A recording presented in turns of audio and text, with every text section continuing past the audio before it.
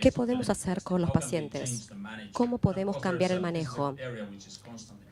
Esto lo estamos desarrollando permanentemente y las razones crecen a diario. Acá tenemos un ejemplo.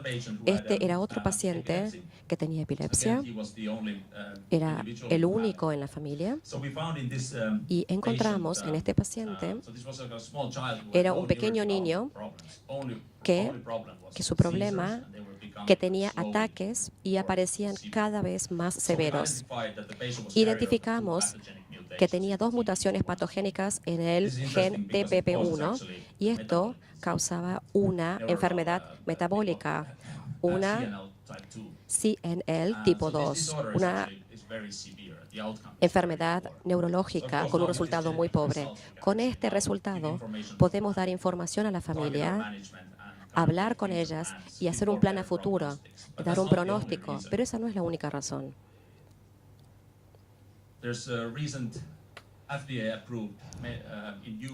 En Estados Unidos hay un nuevo objetivo, una nueva terapia que quiere reducir y parar la progresión de la enfermedad.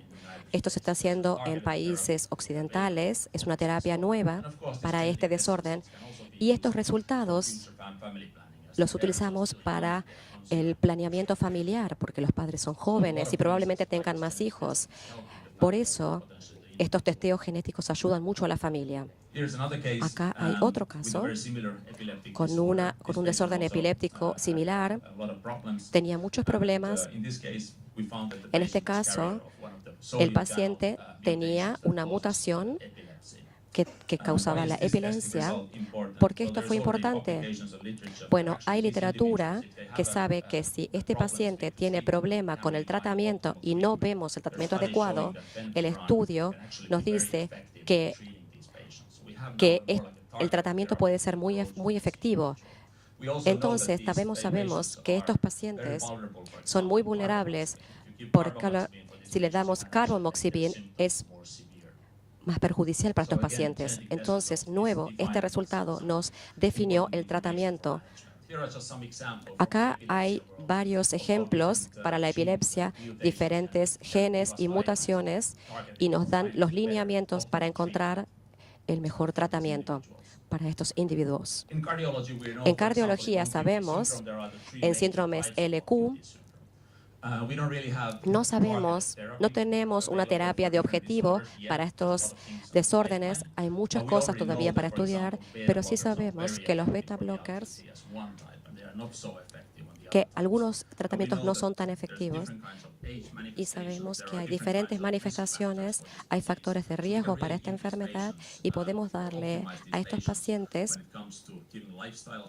tenemos que darles un lineamiento de estilo de vida y seleccionar la mejor terapia para estos tratamientos.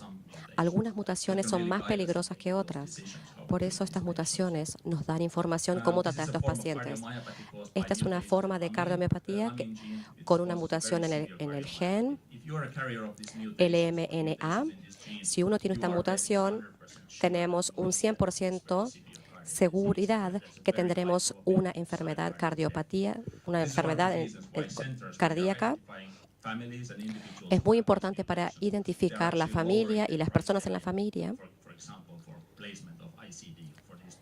Tenemos que encontrar el tratamiento y ver el resultado, y es muy difícil de predecir la muerte súbita en estos pacientes.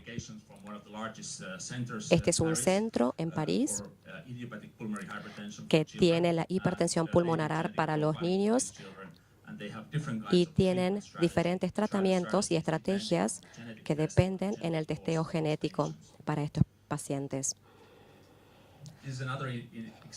Acá tenemos otro ejemplo. Este era un niño en California que entró al hospital con una falla cardíaca. Le hicieron estudios, imágenes. Había una sospecha en un defecto en la válvula mitral. Había una anomalía en la válvula mitral y el corazón le fallaba por esta anomalía. Se hizo un testeo genético y queremos ver si la válvula mitral era la que estaba fallando. Se ordenó un testeo genético y estableció una mutación en un gen, en la MYH7.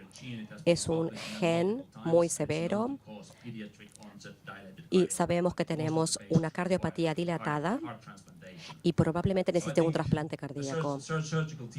Entonces, el equipo de cirugía iba a operar este paciente. Por suerte, el diagnóstico se realizó y se decidió no realizar la operación porque sabemos que tenemos un desorden genético que requiere un trasplante. Acá tenemos un paciente que es adulto, que ha tenido un problema oftalmológico, una distrofia en la retina, muy mala visión. Este paciente tuvo un diagnóstico en el panel e identificamos una variante en uno de los genes y tiene una enfermedad en un gen y una mutación. ¿Por qué esto es tan importante? Hay muchas cosas que podemos hacer, como por ejemplo el planeamiento familiar, pero para este paciente es muy importante la información y estamos viendo la primera terapia genética para este desorden y el cambio en la calidad de vida y en la visión les cambia significativamente. Entonces, este paciente va a tener una mejora significativa en su visión en el corto plazo.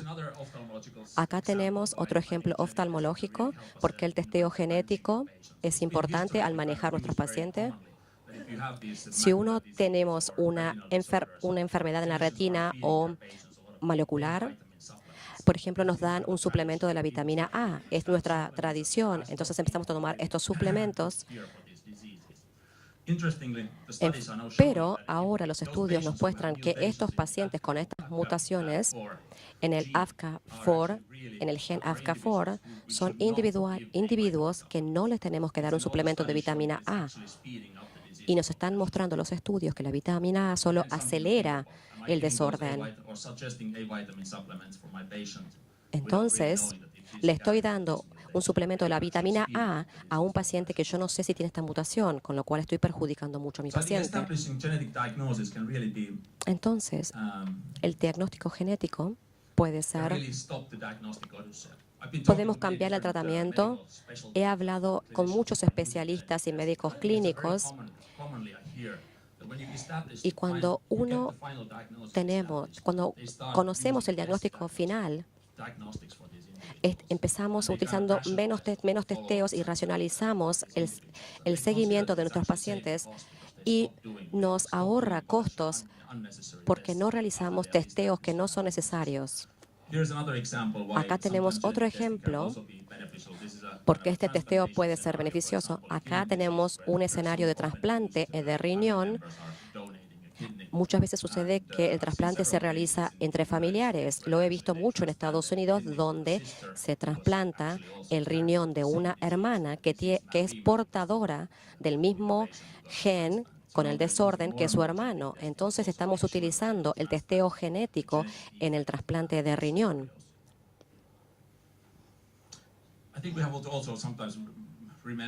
También tenemos que recordar que los resultados pueden tener un alivio psicológico para nuestros pacientes. Ahora yo sé y mi médico sabe qué es lo que tengo yo mal, esta situación, y tengo evidencia científica que me da alivio.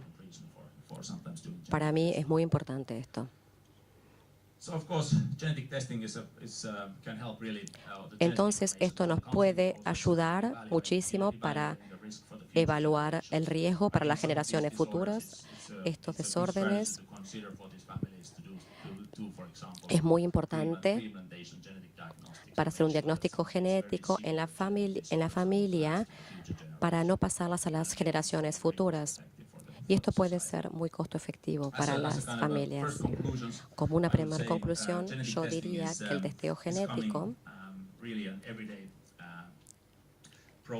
es un proceso que se está familiarizando en la medicina hoy en día, y yo diría que estamos viendo más y más razones para realizar un testeo genético. Esta lista está creciendo en forma rápida. Tenemos muchos ensayos clínicos para enfermedades raras. Entonces, en estas áreas estamos utilizando el testeo genético porque tenemos que identificar estos pacientes.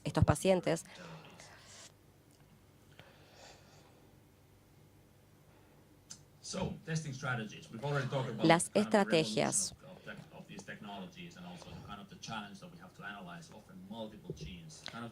Vamos a ver las estrategias. Ahora hay algunos escenarios en donde vamos a utilizar, y esta es la razón por qué entendemos estos desórdenes. Ahora entendemos que hay mucho mezclado.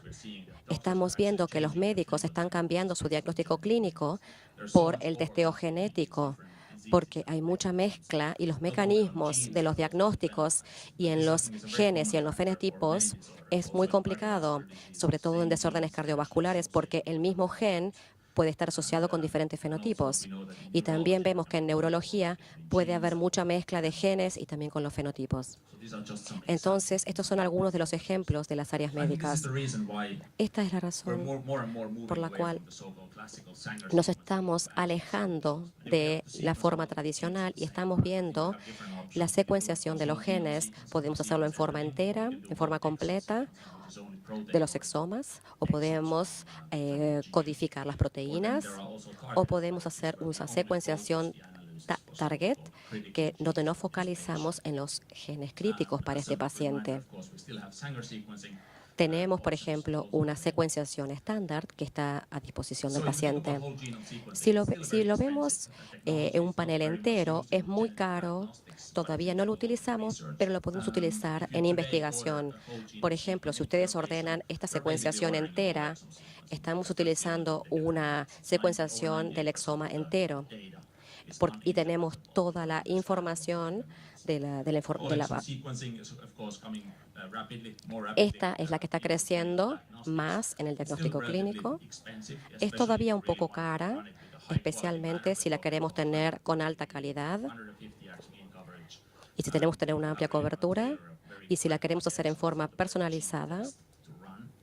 No es muy barata todavía y hay mucha información, hay mucha incidencia, hay muchos temas que tenemos que ver. La que es focalizada o la target, que es personalizada, estamos hablando de sistemas en donde personalizamos y maximizamos los genes.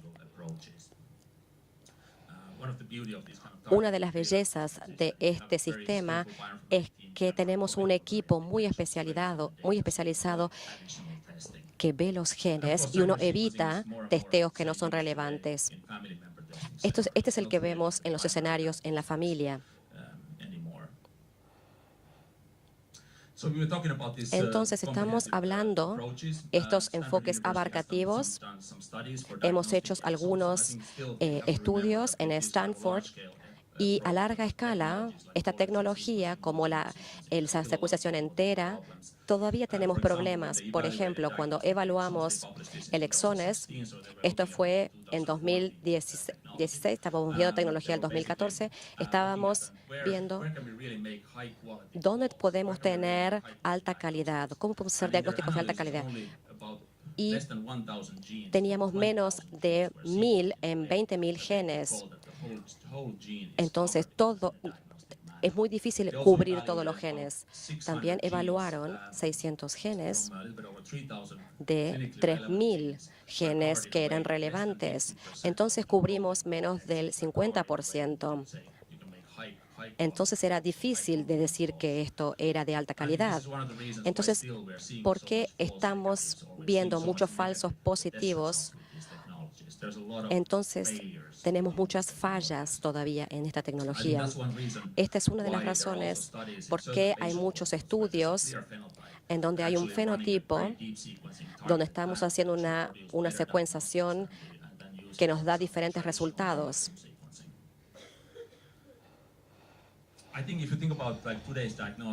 Si hablamos de diagnósticos, la manera más costo efectiva es uno que sea personalizado para el paciente y uno asegura que la secuenciación es buena y estamos cubriendo los genes que son relevantes para este paciente.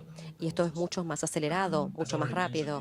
Como ya lo dije, estos paneles se pueden personalizar en forma simultánea al mismo precio y estamos viendo las diferentes variaciones y evitar duplicaciones de los genes. También es más fácil para manipular el panel para variantes no codificantes en las cuales no son relevantes también para el paciente.